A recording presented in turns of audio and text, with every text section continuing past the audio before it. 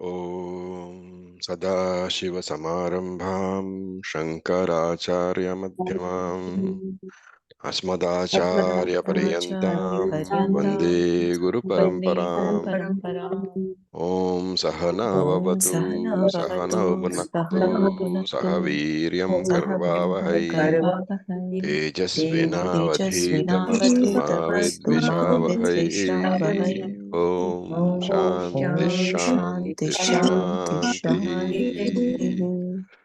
Shanti. Om Tat Sat. Om Namah Shivaya. Good morning. Om Tat Sat. Om Om Namah Namah Shivaya. Shivaya. So in the last 9 verses, slokas, we have completed what? The introduction and the sadhana chatushtaya sampatti have been completed. Okay. Now, what is the whole flow we have to remember? Like you start with developing, a question in the mind. Is this all that there is to my life? And then you come to sadhana chatushtayam, that is karma yoga. You come to upasana yoga. Once karma yoga and upasana is done, we have what we call jnana yogyata. Sadhana chatushtaya sampatti we have. The necessary qualifications we have got. Once these qualifications are there, then only we have a mind which is mature enough to inquire into Shastra. So, dharma, artha, kama. We often say dharma, artha, kama. So, there are two interpretations of that all artha and kama must be in accordance with dharma. That is why we say dharma, artha, kama. You can also say artha, kama, dharma. So, those are the sequences. You first come to artha, security, then desires, then dharmic activity. And all these three combined leads us to sadhana chatushtaya sampatti. Sadhana chatushtaya sampatti is not an aim in itself, right? So bhakti marga, karma yoga, upasana yoga, all this will help us to gain chitta shuddhi only. But chitta shuddhi, though a prerequisite for moksha, cannot by itself gives you moksha. And therefore, a person who is on this path, because karma yoga, jnana, and upasana yoga, etc., is not easy. It requires a lot of focus, requires a lot of giving up of various, activities which give us a lot of pleasure. Pleasurable activities are to be given up. And therefore, moksha has to become a top priority if you are a sadhaka on the path of jnana yogyata. When moksha becomes a priority, then you are a mumukshu. Once mumukshutvam is there and you have got sadhana chatushta sampatti, then you have to enter the path of jnana yoga, the path of self-analysis. Okay, why do we have to do a structured inquiry? Because what is jnana yoga? Jnana yoga is defined as the study of Vedantic scriptures for a sufficient period of time under the guidance of a competent Vedantic teacher. So it has to be a structured, comprehensive study. It cannot be just vague ideas, right?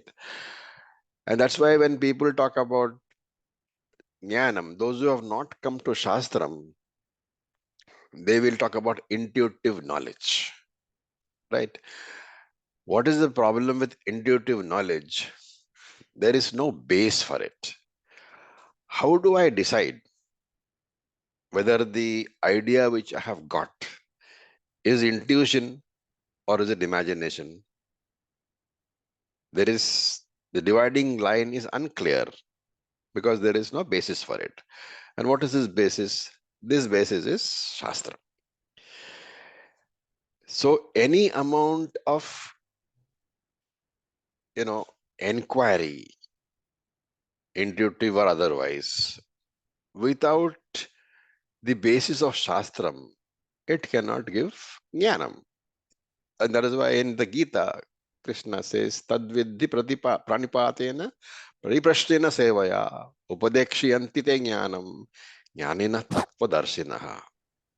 He says, for knowledge, for Atma Jnanam, you have to go to a teacher and you have to serve him and he will teach you.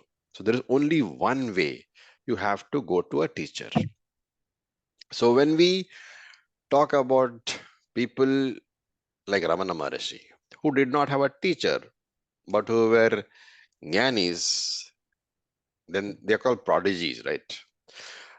But in our understanding, we should be clear that even for that prodigy, jnanam did not come without enquiry. Yes, in this particular life, like in Ramana Maharishi's life, in this life, there was no enquiry. But according to Vedantic interpretation, there would have been Shravanam, Mananam, Nididhyasanam, Jnana Yoga, Karma Yoga, Upasana Yoga, everything would have been there in previous lives. This life, we are seeing only the fructification of the whole process. The problem is that in this life, if you have not been taught, you might have become a jnani because of the knowledge of previous lives. But the methodology of teaching, that is not available in this life. And therefore, for a prodigy, you respect him. For a person who is a Jivan Mukta, without having gone through the teaching process in this life, you respect him, you admire him, but you don't go to him for knowledge because he doesn't know the methodology of teaching, because he has not been through the teaching process in this life, and therefore you don't know. You might say, okay, he might remember from the previous lives. How do you know that he's remembering? You don't. But if you go to a teacher who has been through the process in this life, then you are sure that he has been taught. Therefore, he knows how to teach. How do I ensure that I get such a teacher? The only way is to surrender to Ishvara and help you get a teacher. Once you get a competent teacher, a competent Acharya, then Shastra says, if you are a competent student, you will helplessly attain moksha, even if you don't want it, because you are competent student, and you have a competent Acharya, you will definitely get moksha. So go to Acharya and seek knowledge is the next step after getting sadhana chatushta sampanna, right? And this dialogue between the teacher and the student, that is called vichara, inquiry, right? So see, if you are studying karma kanda, there is not too much difficulty in understanding, because there are mantras. The Veda tells you what you should do for what purpose. So this mantra, this I do, and I'm asking for this, right? But in Jnana Kanda, you are getting knowledge from the teacher. You have to assimilate the knowledge. What is the teacher trying to tell you?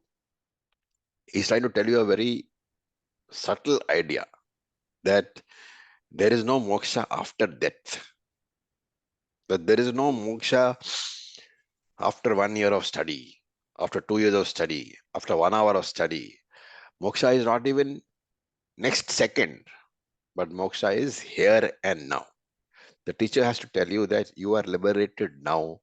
Moksha is a fact here and now. So the teacher doesn't present you with a blueprint, with an action plan. Do this, this, this, this. The Vedantic teacher simply tells you, you are Jivan Mukta. All you have to do is own up that fact. So this verse now deals with Vedantic, Vedanta Vichara.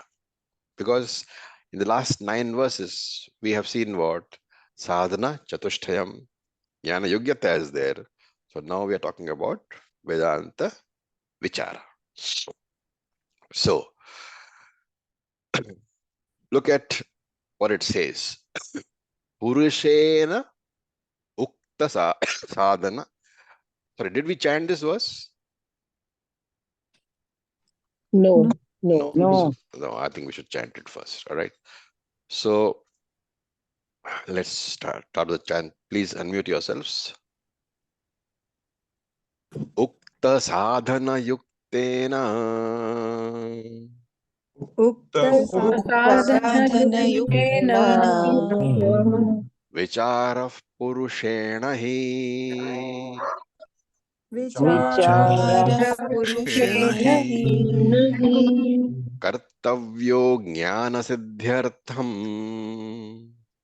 Kartavyo Jnana Jnanasiddhartham Siddhartham Atmanam Shubhamichhata.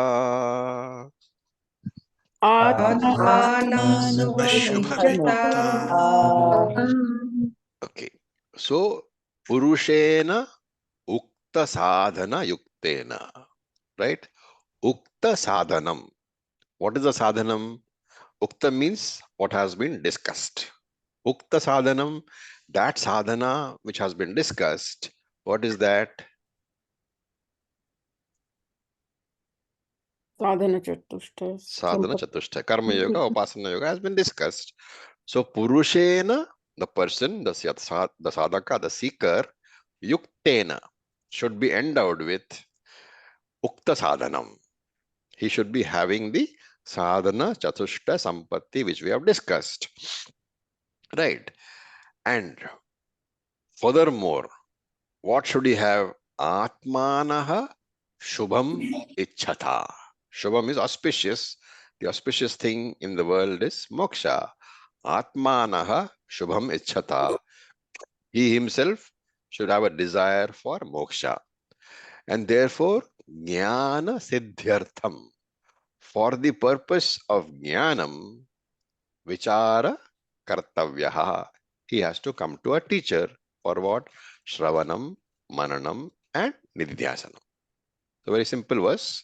It's simply saying that after having done the necessary sadhana to get Jnana Yogyata and having this desire for moksha, Shubham Ichhata is equal to Mumukshutvam. Having that desire for moksha, he should come to a teacher. For what purpose? Jnana Siddhyartham. For the establishment of Jnanam in his mind. And for that, Vichara Kartavyaha. He has to do Vichara under the guidance of a teacher. Okay. Now, we will chant the next verse. So please unmute yourself.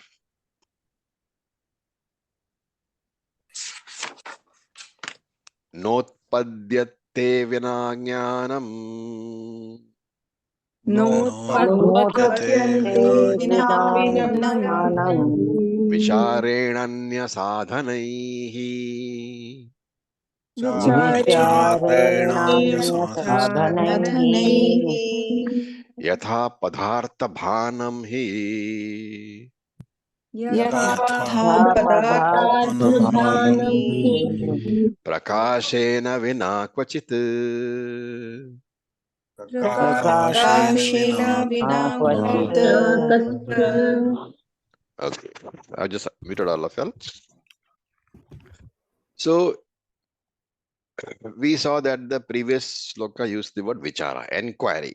So enquiry has to be taken as the words of the shastram taught by the teacher, right? And there is general idea, that you can do karma yoga, raja yoga, kundalini yoga, jnana yoga. All these are methods for moksha. So there is general idea of 4 paths. They all think that the 4 paths are different methods of getting moksha. But here, the author says that you cannot think that vichara, enquiry, jnanam is one of the methods. But vichara is the only method for moksha. And therefore he says, vicharena vina, without Vedantic vichara, jnanam na utpadyate. Jnanam cannot arise at all. right? So that's very clear laid down here that Vedanta Vichara is the only way of getting Jnanam. And if Vedanta Vichara is the only way of getting Jnanam, what are the other sadhanas for? They are for making your mind fit for Jnanam, giving you Jnana Yogyata. So Vicharena Vina Jnanam na utpadyate. Without Vedantic Vichara, Jnanam can never arise. Let us, at the risk of repetition, let us briefly summarize the three stages which every individual has to go through before getting moksha. Okay. What is the first stage? That he should, like Arjuna realizes the helplessness, right? That he should know that there is a problem in this life, which he is, so he should know the problem, that he is not happy. And then he should know that he is not capable of solving the problem by himself. Therefore, he should become a mumukshu. He should consider moksha as the top priority. And of course, dharma, artha, kama are there. They are subsidiary techniques, they are stepping stones to moksha. So if you take artha, kama, karma, etc., as extremely important, as the most important thing in your life, then remember that progress in the spiritual field cannot be made. And therefore, the mumukshutvam is often indicated in the texts, various texts, by pointing out that this sadhaka is ready to sacrifice everything, including artha and kama for moksha. So the intensity of this desire for moksha is indicated how, by how quickly he is willing to sacrifice, or whatever he is willing to sacrifice. So the greater the desire for moksha, the more willing he is to sacrifice anything. And that is why we say Vairagyam is very important for mumukshutva. So the first thing is he has to become a Vairagi and a mumukshu. Then he has to become a Vidyarthi, a teacher. Because Jnanam, sorry, not teacher, a student. So Jnanam is the only way to get moksha. It is not one of the ways to get moksha. Of course, to get Jnana Yogyata, there are many, many ways. You can have puja, tapa, dhyanam, yoga, everything.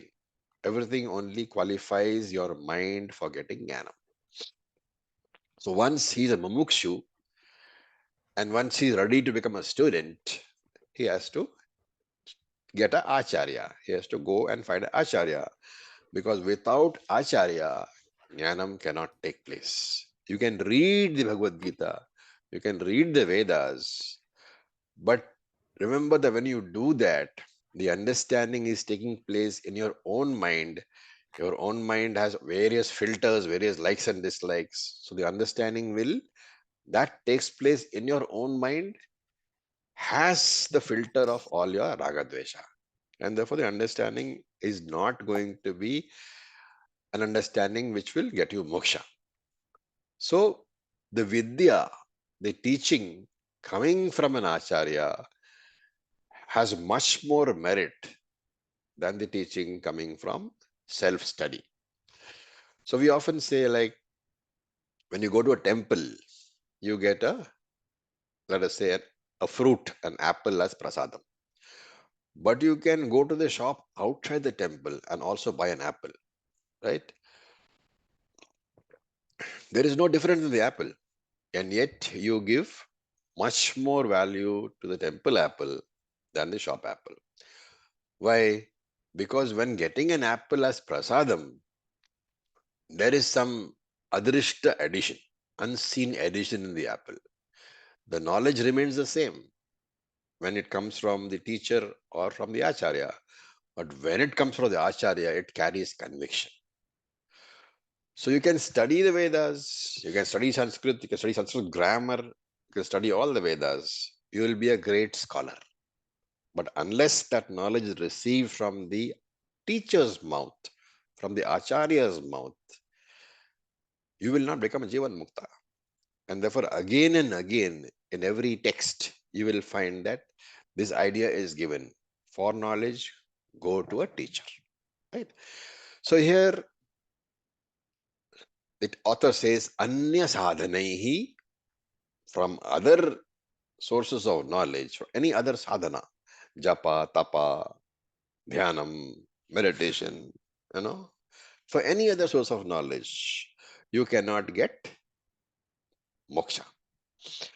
So Atma Jnanam cannot be gained by Anya Sadhanehi. For Atma Jnanam, there is only one source of knowledge, that is the Shastram, that is Vedantic knowledge. Right? Remember that without the correct enquiry, without getting the correct knowledge, ignorance cannot be removed. Ignorance of what? The basic problem is Atma Ajnanam. And Atma Ajnanam cannot be removed by anything other than Jnanam. Now, there will be a lot of people who will say that, oh, you are saying only Jnanam can give you moksha, but you are being fanatic, because I am saying that Shastram says that japa can give you moksha, tapas can give you moksha, samadhi can give you moksha. You have to simply ask a question. How is the removal of darkness possible?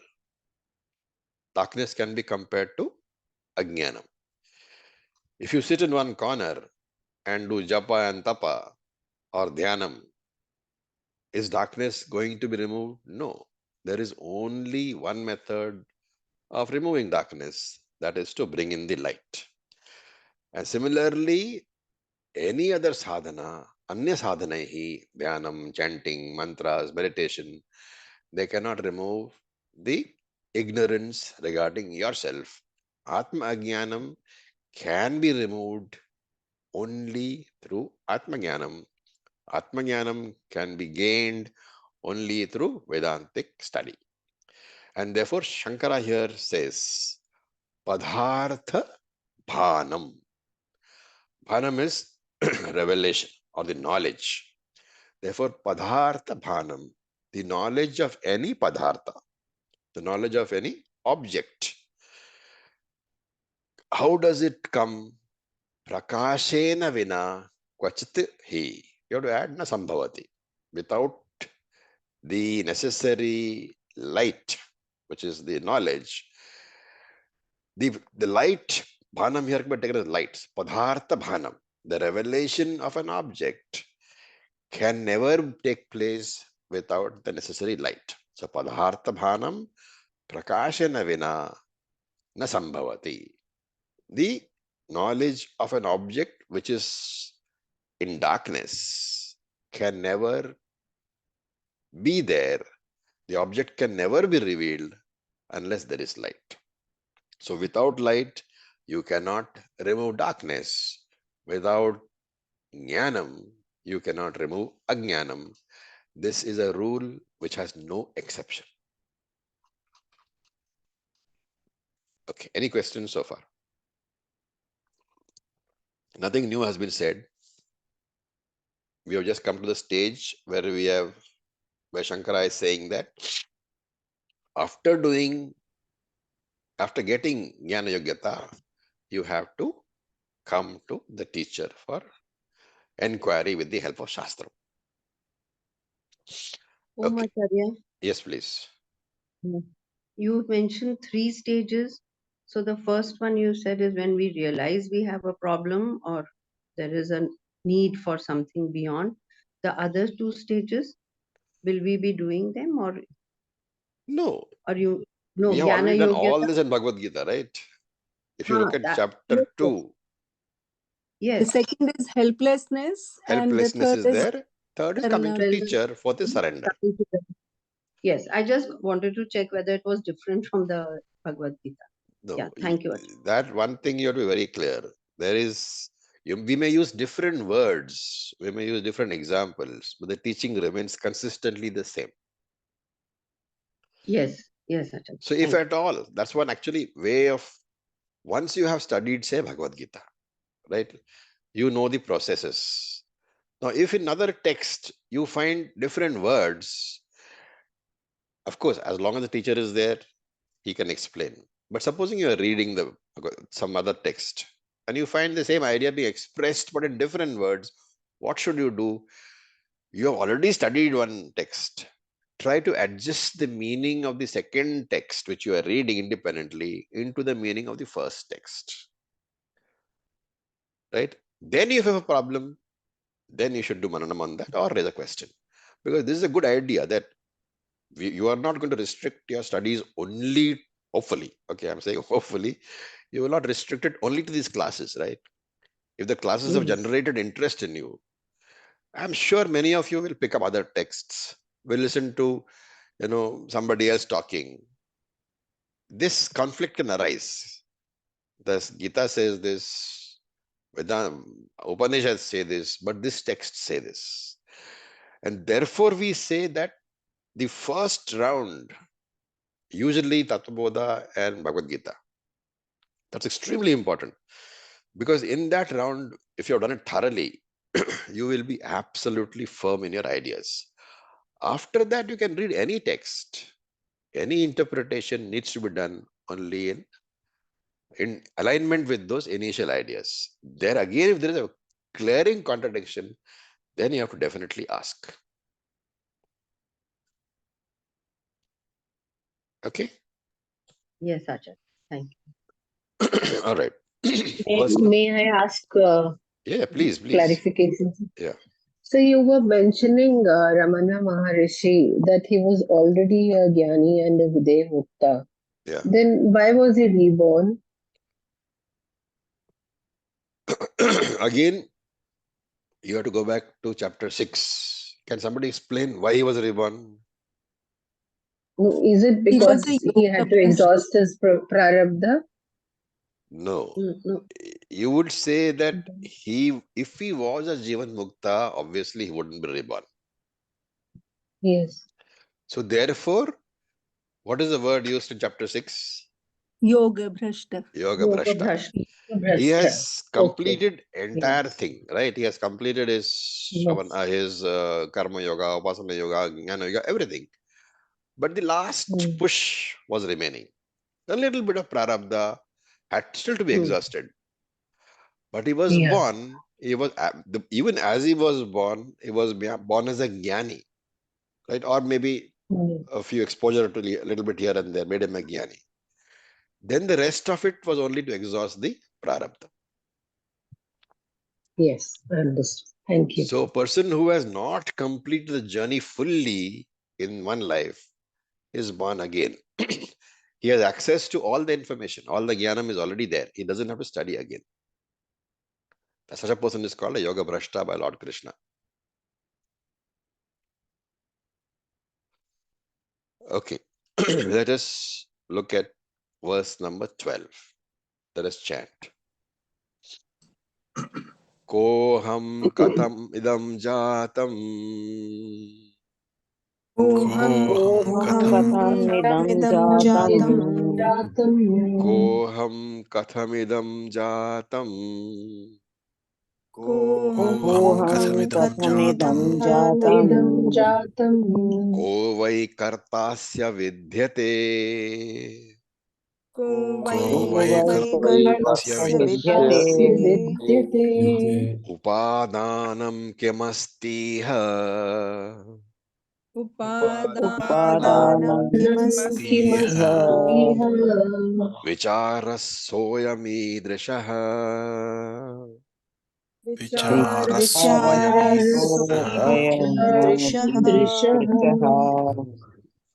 Okay, so now with the 10th verse, the entire starting is over, introduction is over, and the enquiry is going to be discussed. Let us recall what we know about the subject. What is the object of a Vedantic enquiry? What is it that Shastram is saying, which we are going to analyze? So Shastram deals with three basic factors, which we call what? Triangular format.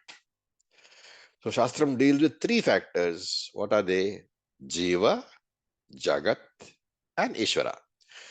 Remember that before I come to Shastram also, I am facing these three only. I, you know, whenever I open my eyes, whenever I think, I confront only these three. The Jiva, who is me, the Jagat in which I am living, and Ishvara, the creator. So Jiva is the individual who I am. Therefore, one of the aspects of the inquiry is Jiva Vichara. Inquiry about myself. Why was I born? Is there a purpose in my birth? Is there an aim in my life? What should be the destination of my life? Do I just get born, do a lot of karma, and die? So there are so many questions with regarding to my own life. So that is Jiva Vichara. Then this Jiva, which we are, when we open our eyes, we find ourselves in the Jagat. There is no choice, right? We are in this world. And therefore, I would like to know, as a thinking individual, I would like to know about the environment in which I am born. Is this the only world there is? Did the world have a birth? Will it have a destruction? Why why is there summer? Why is there winter? Why are some months hot? Why are some months cold? So Jagat Vichara is also there. Then, if there is a Jagat, then I know that without a cause, there can be no product, right? And therefore, I say there is a Karanam for the Jagat. There is Ishvara who is the Karanam. Therefore, what is this Ishvara? That also I need to talk about. And when I talk about Karanam, cause, we have studied earlier, but I will just briefly mention it. Karanam itself can be divided into two: instrumental cause and material cause, which we call Nimitta Karanam, instrumental cause, Upadana Karanam, material cause. Now, I'm aware that many people here may not have too much previous exposure. So I'm asking, is there anybody who doesn't understand what is Nimitta Karanam and what is Upadana Karanam? Everybody is clear? What is the Nimitta Karanam? What is Upadana Karanam? Fine. Now this Upadana Karanam itself can be divided into two. What are they? Vivarta and Parinami. Vivarta Upadana Karanam and Parinami Upadana Karanam. Does everybody understand what is the difference? If you are not answering, I'm presuming you do. Can you explain, please? Yes, Tatraji. Okay, so as I said, any cause is basically first divided into two.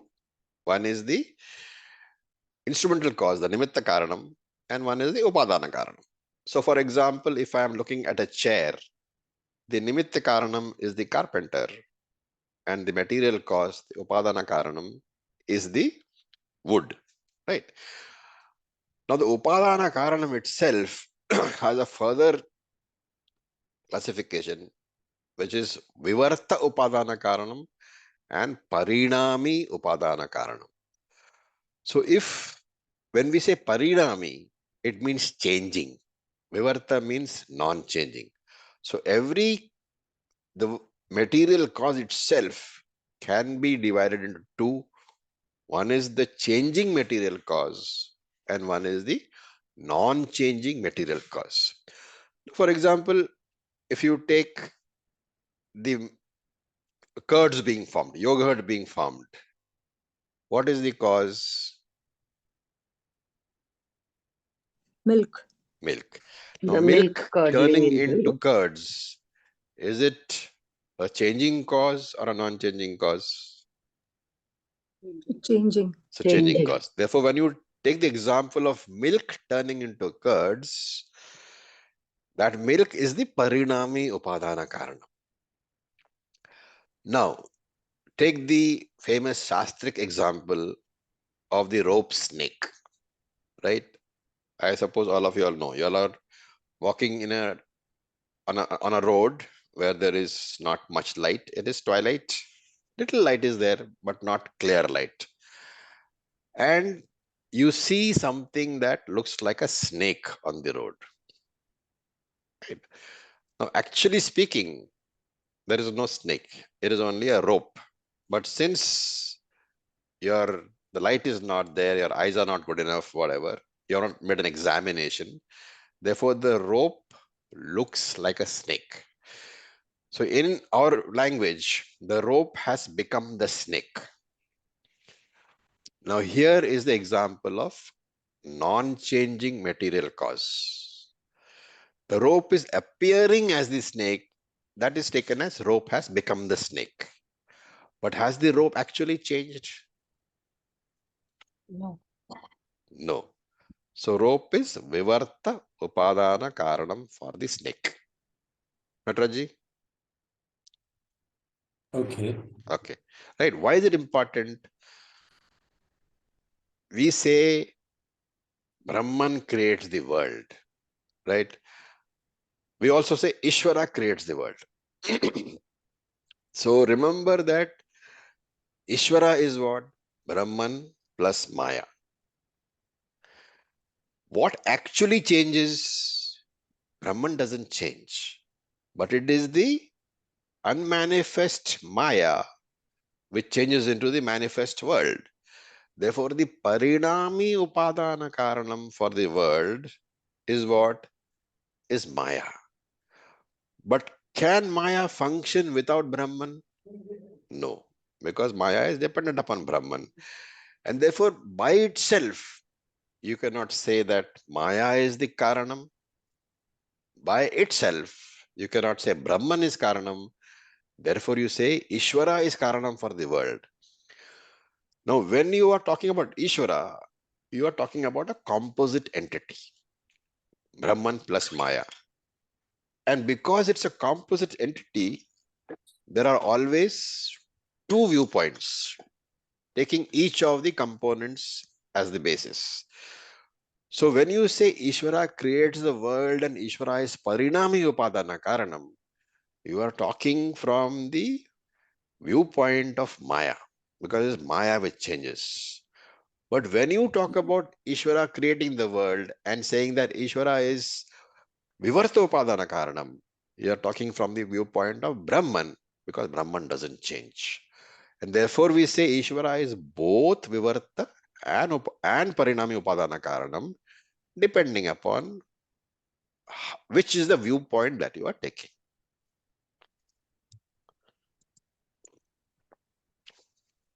Ravi ji, can Yeah. you explain this changing and unchanging example in a simple example like the carpenter and the chair? The wood Like is the unchanging factor. The carpenter and the chair, okay. the chair made of wood. You said Yeah. that's the material cause, the wood. Yes. So the changing form is the chair, and the Yes. unchanging form is the wood. Is that No, correct? because this classification is applicable to the Upadana Karanam only to the material cause. The carpenter Right. is efficient cause, Nimitta Karanam. No, sure. Nimitta Karanam doesn't change at all. Okay. No, but the wood has changed form from a piece Correct. of wood into a chair, but the Yes. actual wood, the substance of the wood hasn't changed. Would that a correct interpretation? That the wood is the unchanging aspect. If you have to go further into that, you'll have to say wood itself is nothing but Brahman. Yeah, no, but it's only an analogy, right? So It's an analogy. In an absolute. analogy, you cannot say that the substance has, you can say substance has not changed, right? But then you're going to go into what is substance. Is it the form we are talking about? No, but then ultimately that also starts to lose. Yeah. You So can't there take it too far. correct. So the explanation has to be in terms of Satyam, and the only place where we apply this is where one of the factors is of a lower level of reality than the other. So Vivarta Upadana Karanam is applied where there is Satyam Mithya combination only. Om Acharya ji. Shubda has said something, so has raised a hand. So can she Yeah. ask a question first, please? So my question is, I thought Brahman would be Nimitta Karanam. You have to say more carefully. If you are saying Brahman is Nimitta Karanam, are you saying Brahman is creating the world?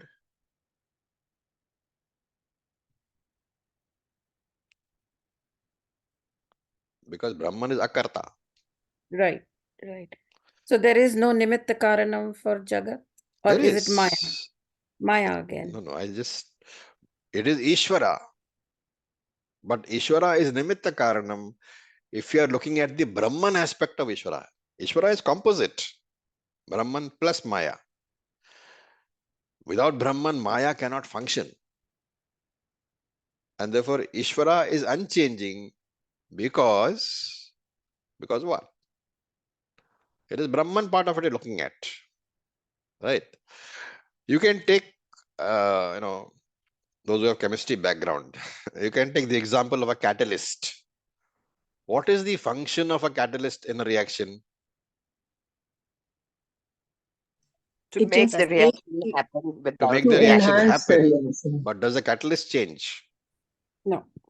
no, So you can think it of it remains that way. unchanged. Without the catalyst, the reaction will not happen, but the catalyst itself undergoes no change.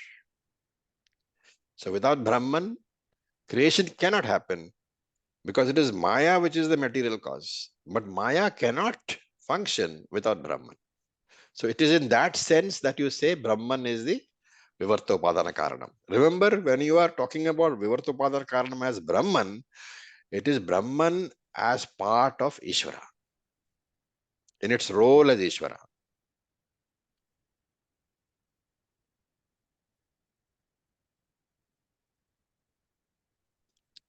Okay? All right. Somebody else was asking. Yeah, Om Acharya ji. I was just trying to relate it to Natarajji's point, where there is a expression which speaks about how the sculptor who tries to sculpt the wood into an elephant, when he sees the wood, he sees the elephant in it. And for a commoner who doesn't see the elephant, he just sees the wood. So it's like the superimposition of the Jagat, which appears so, but is not so. And based on who is the onlooker, it appears, the sculptor sees the elephant in it. And when the sculptor sees the elephant, he doesn't see the wood. And the one who sees the wood doesn't see the elephant. It just struck me when he asked if there is a similar, I don't know if that's relevant. Well, when the sculptor sees the elephant in it, can he ride the elephant? No, he can't ride it. This all way of, is poetry, basically. Poetry and Vedanta don't go too well together. Vedanta, you have to understand and explain everything that you say. The sculptor sees the elephant means you can actually use an example of anything, right? In a bunch of clay, in a big ball of clay, you got the cup, you got the plate, you got everything over there. Right. But without the nimitta karanam, what will happen? It will remain as it is. So when both the materials involved are part of Vyavaharika, like that both are to be taken as one level of reality, the clay and the potter, they are one level of reality. Therefore, they are necessarily separate. Of course, there are always examples, like there are the example of the spider and the web is there. The example I gave of the chemical. But generally speaking, the nimitta karanam and Upadana Karanam are separate. The best example for this being one is the Rajju Sarpa, the snake rope episode, where you know rope doesn't change and yet you see the snake. And therefore, there is one level of reality which is the rope, and there is another level of reality which is the snake. Therefore, there is one level of reality which is Ishvara, and there is another level of reality which is Jagat. That is the idea being conveyed.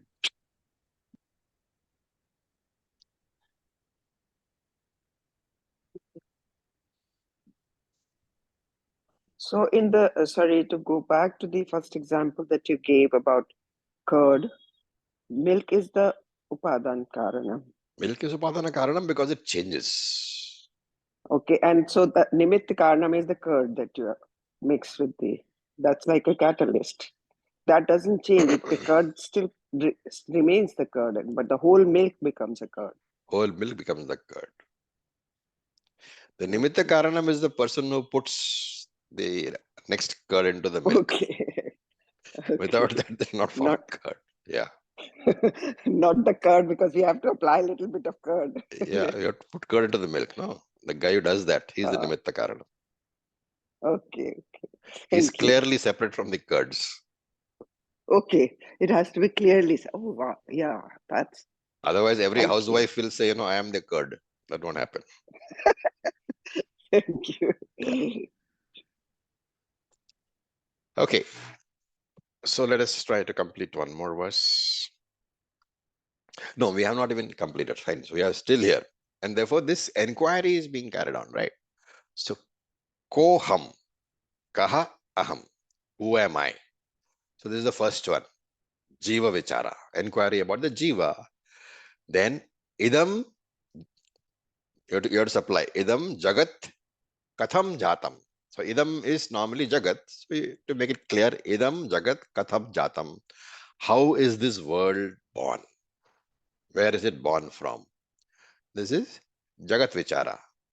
Then ko vai asya karta vidyate. Asya karta kaha vidyate. Is there a creator of this world? And if there is a creator, who is that creator? And then you have all sort of subsidiary questions. What is the creator's relationship with me? Is he male? Is he female?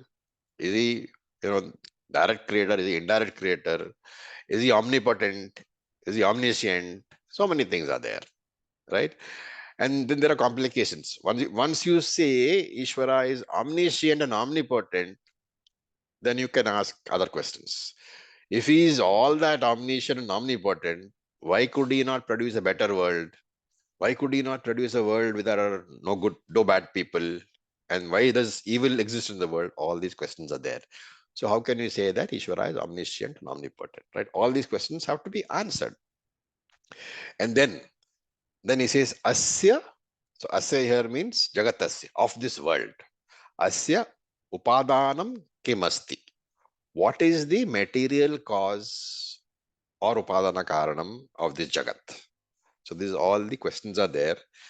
And I am idrisha vicharaha. This kind of inquiry is called vicharaha. So I am idrisha vicharaha. This kind of inquiry is called Vedanta vichara. Okay, so this is what has been said.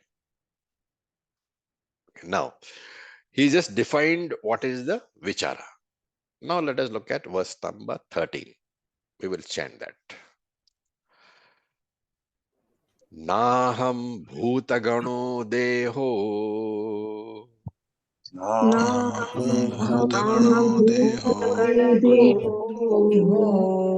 Naham chakshaganastatha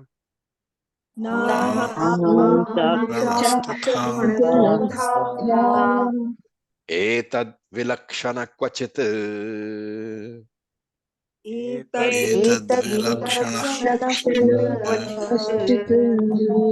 Vichara soyamidrishaha.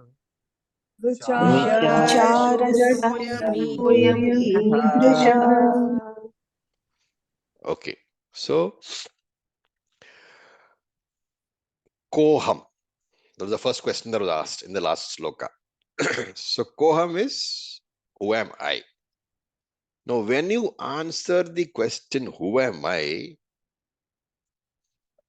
Some of you who have studied one Vedantic text called Drik Drishya Vivekaha. How many of you have done that? Yes. Some of you have done that, right? So that is Drik Drishya Vichara means Drik is the seer, Drishya is the seen. So the observer and observed. Viveka is the distinction of the inquiry. So there is a text which talks about the difference between the seer and the seen. The difference between the observer and the observed. What is the basic principle which is outlined in this text? The basic principle is that the experiencer is the subject and the experienced entity is the object, and therefore the text says that the subject can never become the object. That is the Vedantic law, that I am different from whatever I experience. I am different from whatever I see, right? So if I'm looking at a glass, I'll say this is a glass, but I know that I am the seer of the glass. Therefore, I know glass and I are different. Similarly, if you come to the eyes, you will forget about the eye part, suppose the eye of aham. But if you're looking at your own eyes, you realize that eyes are always different from whatever they see. The seer eye, EYEI, can never be seen. The only way you can come close to that is to see the eye in the mirror, and yet the eye which you are seeing in the mirror is not your eye. What is it? It's a reflection. It's a reflection only. The original EYE can never be seen. And similarly, from that, the text goes on to say that the world is a object of your experience. Therefore, you are not the world. The body is an object which you experience. Therefore, you are not the object. Your mind itself, your intellect itself is something which you experience. Therefore, you are not the mind and you are not the intellect. Therefore, you are different from the world that you experience, from the body that you experience, from the mind that you experience, from the intellect that you experience. Now, some of these are clear, some of these are not clear. Most of us are very clear that we are not the body. Because when there is a pain in my left hand, I clearly know that the pain is in the hand, right? And therefore, though the pain is being felt by me, the pain is in the hand. A little person who is a little bit more mature, when he is happy or he is sad or he is troubled, he knows the emotion is in his mind. And he has the maturity to say that, yes, the mind is sad or the mind is happy. So therefore, I experience the world, I experience the body, I experience the mind, and therefore, I am not any one of them. This is the essential teaching of Drik Drishya Viveka, but I would still suggest that any one of you who has not been through, go through the recordings. It's a very, very beautiful little text. The recording is available on the website. Okay, now look at the verse. It says, Naham Bhutagano Dehaha. Aham Bhutagana Deha Naha. So, Na Aham Bhutagana Dehaha. I am not the body. Right? Shankara doesn't say I am not the world, because normally you don't make a mistake about that I am the part of the world. You don't say I am the tree. You don't say I am the building, right? So he doesn't say that. But everybody makes a mistake about the body. So he says, Naham bhutagano dehaha. I am not that body. Deha naham. Aham na dehaha. I am not the body. Right? You should be clear. What kind of body? Bhutaganaha. So Ganaha here is a group. Bhutagana means group of Bhutam. Bhutam here is elements, 5 elements, Panch Mahabhutani. Therefore, I am not the body which is consisting of Pancha Mahabhutani, is the meaning of Naham Bhutagana Deha. And we all know that all the Pancha Mahabhutani are Jada. And if they are inert, and if the elements are inert, the body made of the elements should also be inert, right? So my body is inert, but everybody thinks I am a conscious being, and therefore there is a doubt. If I'm intelligent or not, there is a doubt, right? So the word I indicates consciousness and body indicates inertness. Then the question is, how can this conscious I be the inert body? And therefore, you have to come to the conclusion, necessarily come to the conclusion that I am not the body. Because I'm conscious, body is made up of 5 elements. How can the body be I? That's question number 1 resolved. Then he says, Tatha Naham Akshaganaha. Okay, one small point here. Aksham is Indriyas. Normally we take it as eyes, but remember that in Sanskrit, eyes are Akshi, right? Aksham is Indriyas. Therefore, for example, when you say Pratyaksham, the normal meaning is what we give in front of the eyes, which is not true. It is Pratyaksham means in front of her Indriyas, your sense organs. So Aksham is sense organs. Akshi is eyes. And therefore, Tatha Na aham akshaganaha.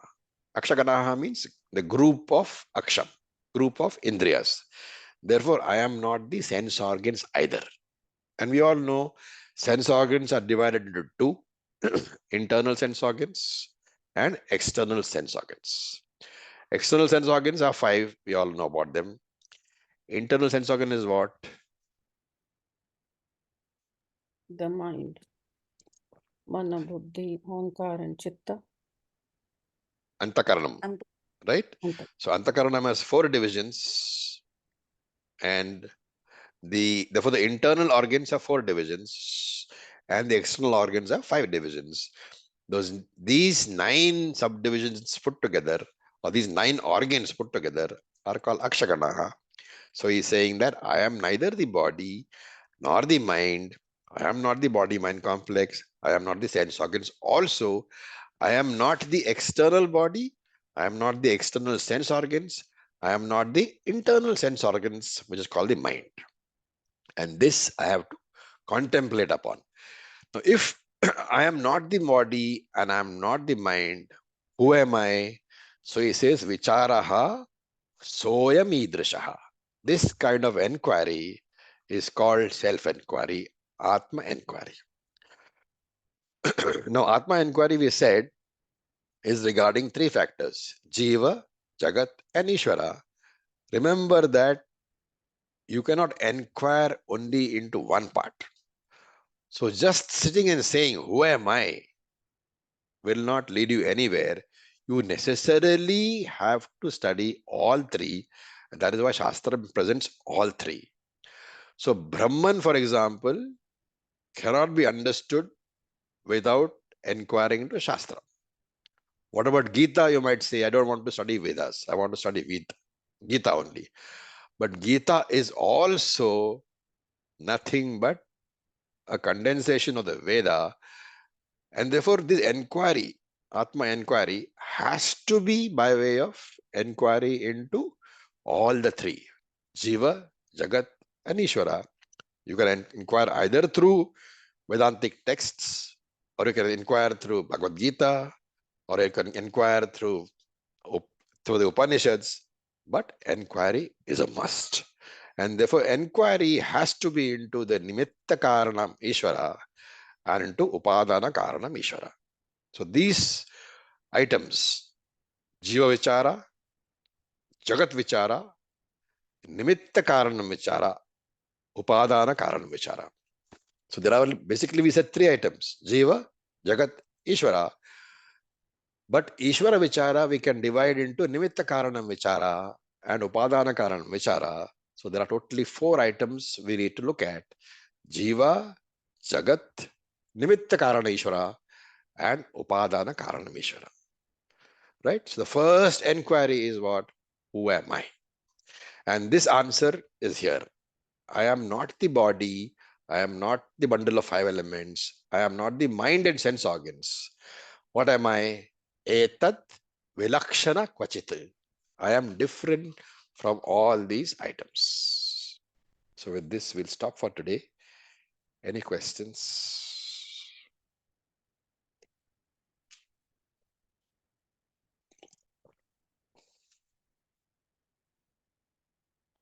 Okay. Om Purnamadav Purnamidam Purnat Purnamudachyate Purnasya Purnamadaya Purnam Eva Vasishyate Om Shanti Shanti Shanti Om Tat Sat Om Namah Shivaya. Thank you for your Namah patience. Shivaya. Shivaya. Thank you. Shivaya, Thank you. thank you.